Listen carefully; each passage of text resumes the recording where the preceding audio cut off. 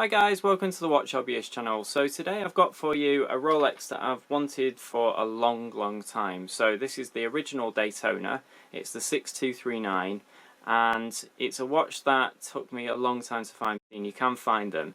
However, finding a good one is the real difficult bit.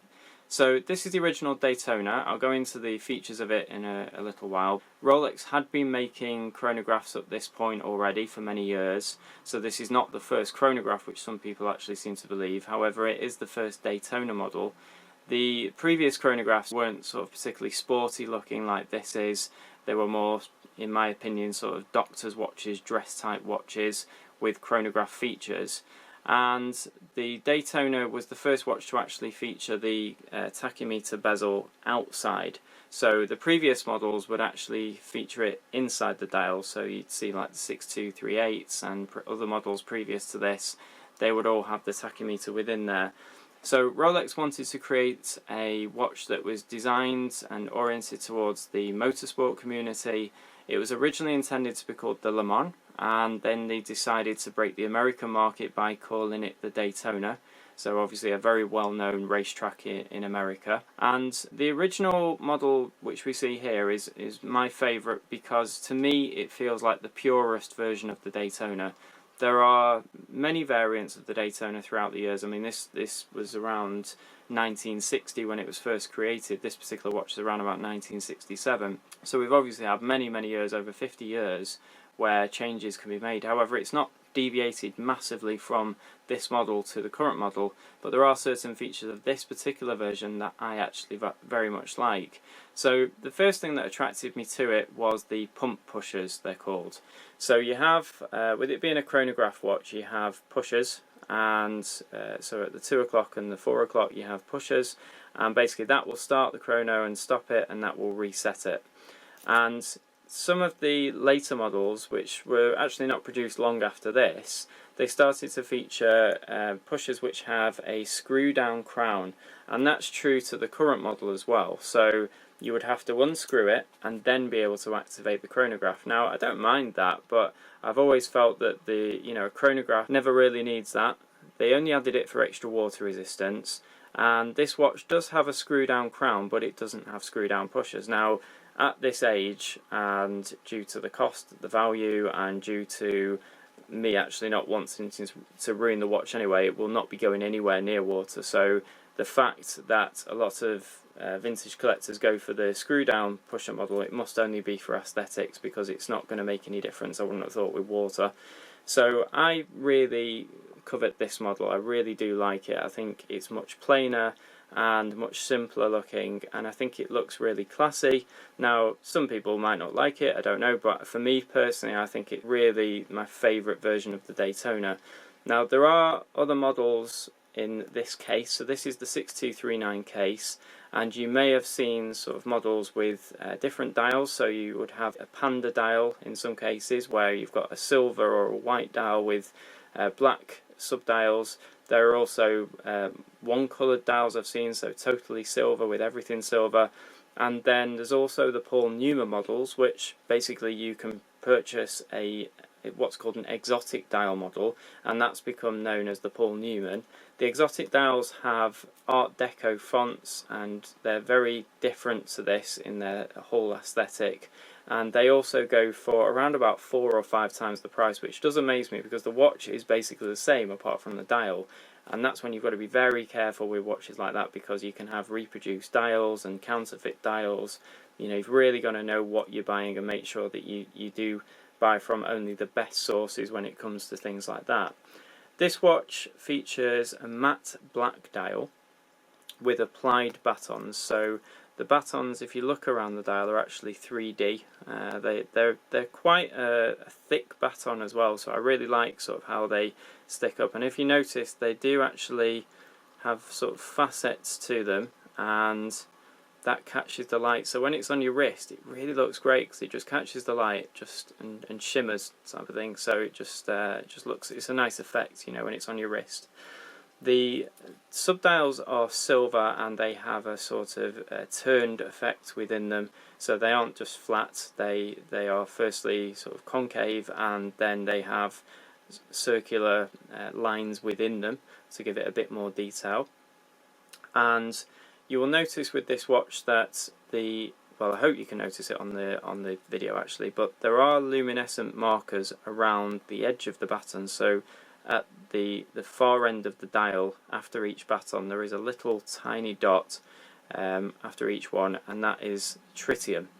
And the same goes for the hands. The main hour hand and minute hand have tritium as well. Now it's very important for me when I'm buying a watch that's older to have matching tritium hands to matching tritium dial. If there's any difference, it can mean that the hands have been replaced or the dial has been replaced or what have you, and that is not what I wanted. So sometimes it's difficult to find a watch of this age that has actual matching colours, but in this case it certainly does, and I was really pleased to find that. The watch is running really accurately, so I don't know how coveted the 72B value movement that's inside is actually, you know, seen amongst collectors, whether it's a really great movement or not. It's the one thing I've never really looked into too much. However, what I can say is that at 49 years old, this watch is still accurate, it's running great, and therefore the movement must be pretty decent, because I doubt it would run so accurately if it wasn't a particularly good movement, you know, originally. Now, one thing that I really do like about the overall aesthetic of this watch is the size of it.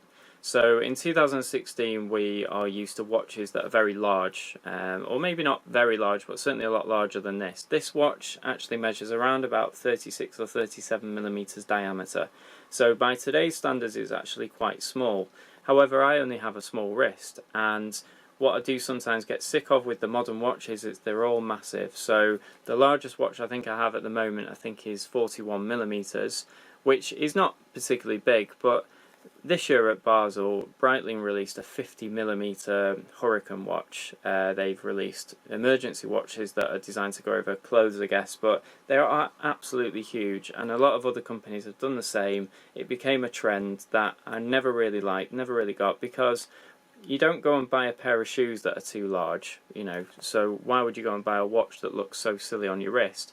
I guess it's a statement for some people, but for me personally, I just wanted something that was classy, understated. You know, when something's worth this sort of value, do you really want it to be shiny and blingy and in people's faces? I don't think that's such a good idea. So for me personally, I wanted something that just wears well and looks nice and suits me and doesn't look big in any way. And for me, the older Daytona therefore suits really well. The current Daytona actually isn't too big. I think it's around about 39 millimeters. I'm not sure about the new ceramic model that's just been released. However, I think it's only about 39 or 40 millimeter. I don't think it's much bigger, if at all. So, you know, it's always a watch that's sort of bridged that gap of not too large, not too small, and can be worn by both women and men. It's become this elusive watch that you can only buy if you're on a waiting list and things like that. Now, speaking of that, the original Daytonas actually didn't sell. They were terrible sellers. They would sit around in watch shop windows for many years in some cases.